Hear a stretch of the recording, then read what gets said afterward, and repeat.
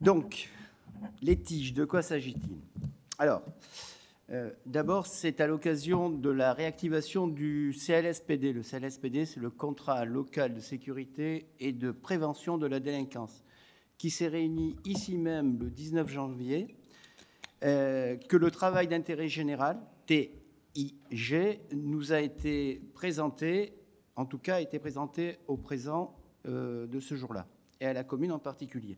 Ce n'était pas un dispositif que nous ignorions, mais jusqu'à ce jour, on s'était posé plein de questions pour savoir si l'on devait adhérer ou pas et dans quelle mesure.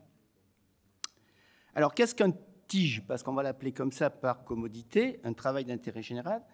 C'est une peine alternative aux courtes peines d'emprisonnement. C'est-à-dire que les TIG sont prononcées, mais pour des faits que nous verrons un peu plus tard. Quel est l'objectif de donner une peine d'intérêt général plutôt qu'un emprisonnement? Le premier intérêt, c'est d'éviter l'effet désocialisant de l'emprisonnement. Vous connaissez tous les effets dévastateurs d'un emprisonnement, et de favoriser aussi l'insertion sociale, parce que le TIG travaille.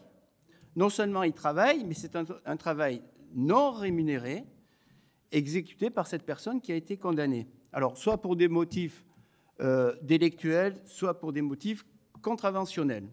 Cela dépend souvent de ce qui est reproché à l'individu. Cette peine d'intérêt général doit être exécutée dans un délai de 18 mois, c'est-à-dire que dès qu'elle a été prononcée, ça ne peut pas se faire sur 1 an, 2 ans, 3 ans, 4 ans, 5 ans. Non, dans un délai de 18 mois, il faut que la peine soit exécutée, là où elle aura été décidée de se passer. Cette peine varie en fonction de la nature de l'infraction, je viens de vous en parler. Elle peut aller jusqu'à 400 heures, mais en règle générale, en moyenne en tout cas, pour un acte contraventionnel, ça varie entre 20 et 120 heures. Et pour un petit délit, parce que ce ne sont pas des gros délits, pas des délits majeurs, ça varie entre 20 et 210 heures de travail d'intérêt général. Lorsqu'on va jusqu'à 400 heures, c'est vraiment un très, très gros délit. Alors, quelques chiffres que vous n'avez pas, mais que j'ai recherchés. Qu'est-ce que ça représente comme prononcé de peine? Les TIG représentent que 7% des peines prononcées par les tribunaux. C'est peu, mais ça a son effet. Quel est le profil type des personnes à qui on donne un TIG? En règle générale, c'est un homme jeune, moins de 21 ans, d'accord, sans activité professionnelle. Peu de femmes, on en reviendra à en parler un peu plus tard. Et pour quelles raisons? Souvent, ce sont des atteintes aux biens, plus qu'aux personnes. Ça couvre surtout un tiers des peines, pour des vols et des recels, et environ 10% pour les dégradations. Vous voyez, ce sont des faits quand même pas majeurs, mais qui permettent de prononcer un travail d'intérêt général. Alors, ce travail d'intérêt général, ça semble facile à mettre en œuvre, mais lorsqu'on y regarde de plus près, c'est très encadré et ça a besoin d'être suivi. Alors, le travail d'intérêt général qui est prononcé peut prendre plusieurs formes. Vous les avez dans votre délibération, convention. Alors, ça peut être des travaux d'amélioration de l'environnement, du développement durable, évidemment, des travaux d'entretien et de manutention, le plus souvent. Ça peut être des travaux d'embellissement du patrimoine. Ça peut être également, mais assez rarement, de l'aide aux personnes défavorisées. Ça peut arriver lorsque les TIG sont prononcés dans des associations caritatives. Ça peut l'être aussi, donc. Ça peut être des tâches administratives et même de l'accueil. Donc, vous voyez, ça ne peut pas être n'importe quoi. C'est assez encadré en termes de forme. Après, le suivi doit être fait très, très près. Alors, pour les travaux d'intérêt général qui s'adressent à des mineurs, parce que nous avons fait le choix à Villeneuve-Loubet de s'adresser, nous, à des mineurs, parce que les TIG, les TIG, peuvent être aussi prononcés pour des majeurs et pour des faits un peu plus importants. Nous avons pris la décision à Villeneuve-Loubet, après mûre réflexion, de nous adresser et d'avoir, si nous avions des jeunes qui étaient mis chez nous, d'avoir des mineurs entre 16 et 18 ans. Donc, c'est encadré par plusieurs acteurs judiciaires. D'abord, le juge des enfants, qui prononce la peine, évidemment. Le directeur du service éducatif territorial en milieu ouvert. Alors, ça peut être aussi le SPIP, hein, le service d'insertion. Et puis, l'éducateur de la protection judiciaire de la jeunesse qui suit ça de très très près et qui fait le lien avec le tribunal de grâce pour nous. Voilà, donc ça, ce sont les différents acteurs judiciaires qui encadrent le travail du mineur que nous recevrons s'il nous en était affecté un. Et la commune, de son côté, devra par contre apporter tout le reste, c'est-à-dire les ressources nécessaires à l'encadrement. D'abord, le plus important pour lui, un tuteur qui va le suivre au quotidien, qui va motiver le jeune, qui va l'accompagner et qui va l'insérer dans son équipe de travail. Ce tuteur qui veillera aussi que les heures soient effectuées, que le travail soit conforme à la réglementation, parce qu'on ne fait pas faire n'importe quoi à un TIG. Il faut que ça respecte les normes du travail, hein, le travail de nuit, l'hygiène, la sécurité, etc. etc. Jean-Paul Zattara pourrait nous en parler. Les mesures de sécurité sont drastiques lorsqu'on travaille, ne serait-ce qu'à l'extérieur. On doit fournir l'outillage, ça aussi. Il ne vient pas avec sa caisse à outils, c'est nous qui allons fournir. Et il faudra qu'on ait un suivi avec les acteurs judiciaires dont je viens vous parler. Et ça, c'est le travail donc, du tuteur. Donc, vous voyez, ça paraît assez facile à mettre en œuvre, mais quand même, il y a un encadrement qui est assez strict et il faut le suivre. Alors, quel est l'intérêt pour la commune d'avoir des TIG?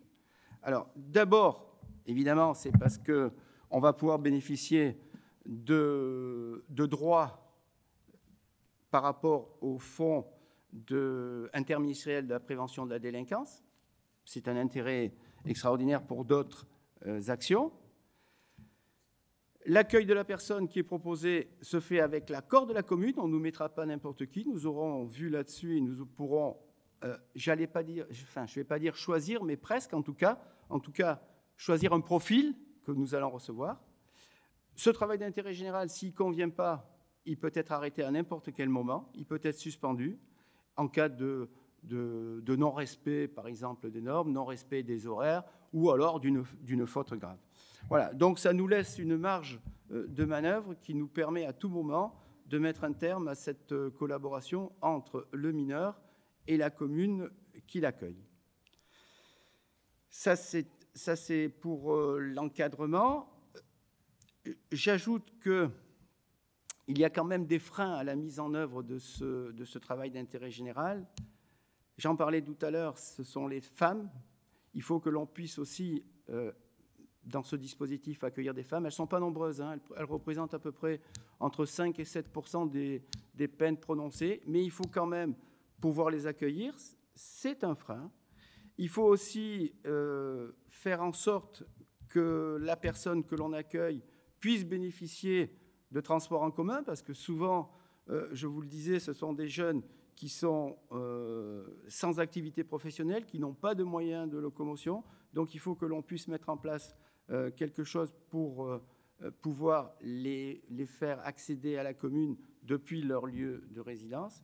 Et puis, alors, c'est un frein qui n'apparaît pas souvent, mais qui nous est apparu à nous et qui apparaît à plein de personnes à qui on parle des TIG, c'est la nature de la personne que l'on accueille. Souvent, les gens s'inquiètent et me demandent ou nous demandent est-ce que vous allez accepter de recevoir des gens qui ont été condamnés pour des faits, par exemple, de violence pour enfants? Non, puisque je vous le disais tout à l'heure, on va pouvoir, pas choisir, mais quand même orienter nos choix. Et dites-vous bien qu'à Villeneuve-Loubet, ces personnes, ou en tout cas ceux qui ressemblent à ceux que je viens de citer, eh bien, ils ne seront pas pris pour s'occuper des espaces verts de la commune, je vous rassure. Voilà. Donc, à partir de là, je rajouterai quelque chose à titre personnel. Je dirais que, d'abord, il y a beaucoup de jeunes qui sont insérés dans ce dispositif, et il y en a même de Villeneuve-Loubet. Chaque année, on a un peu moins d'une dizaine de jeunes de Villeneuve-Loubet qui bénéficient de ce travail d'intérêt général. Jusqu'à présent, on ne les a jamais pris sur Villeneuve-Loubet. ils sont pris ailleurs, mais il faut savoir qu'on a aussi des jeunes de Villeneuve-Loubet qui bénéficient de ce travail d'intérêt général. Ce que je voulais dire, c'est qu'à titre personnel, et je pense que beaucoup de gens partagent et beaucoup de collègues partagent cet avis, chaque individu doit trouver quand même sa place dans la société, peu importe son parcours, en tout cas qu'il soit chaotique ou pas. Moi, j'estime qu'il doit trouver sa place dans la société. Et tendre la main comme on le fait en prenant des TIG, ça fait partie de notre mission de service public et je crois que c'est une bonne chose. Mais ça, c'est vraiment à titre personnel que je le dis. Y a-t-il des questions ou des précisions à avoir? Oui? Moi, j'ai juste une question concernant le fait, si vous stoppez les heures parce que ça ne convient pas, parce qu'ils ne respectent pas, qu'est-ce qui lui arrive aux jeunes? Alors,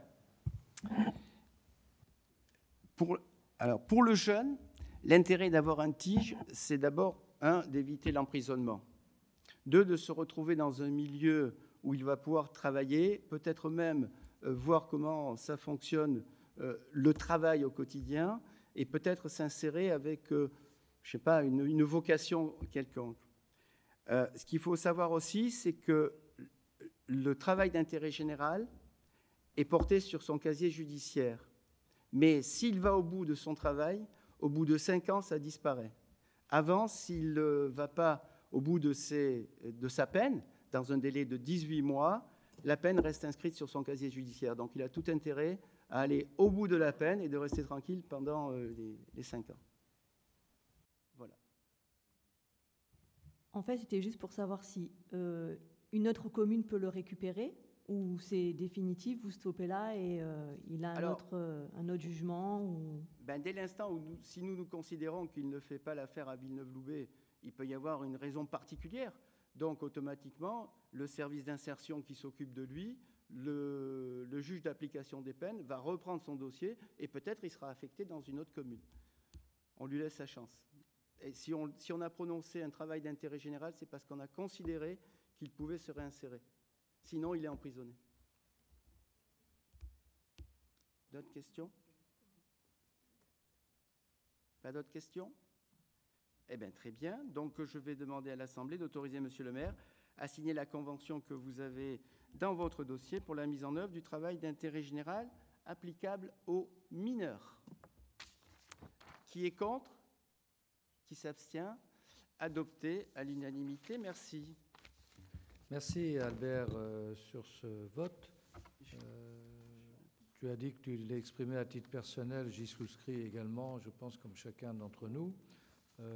On peut vouloir réprimer les actes qui sont hors normes, n'en demeure pas moins que selon la gravité des faits, il ne faut pas tout mélanger, c'est ce que malheureusement trop souvent il est fait, et que si on peut sortir des jeunes d'un milieu et de fréquentation pour les mettre sur autre chose et avoir une possibilité de se rattraper, nous sommes là pour ça, bien évidemment.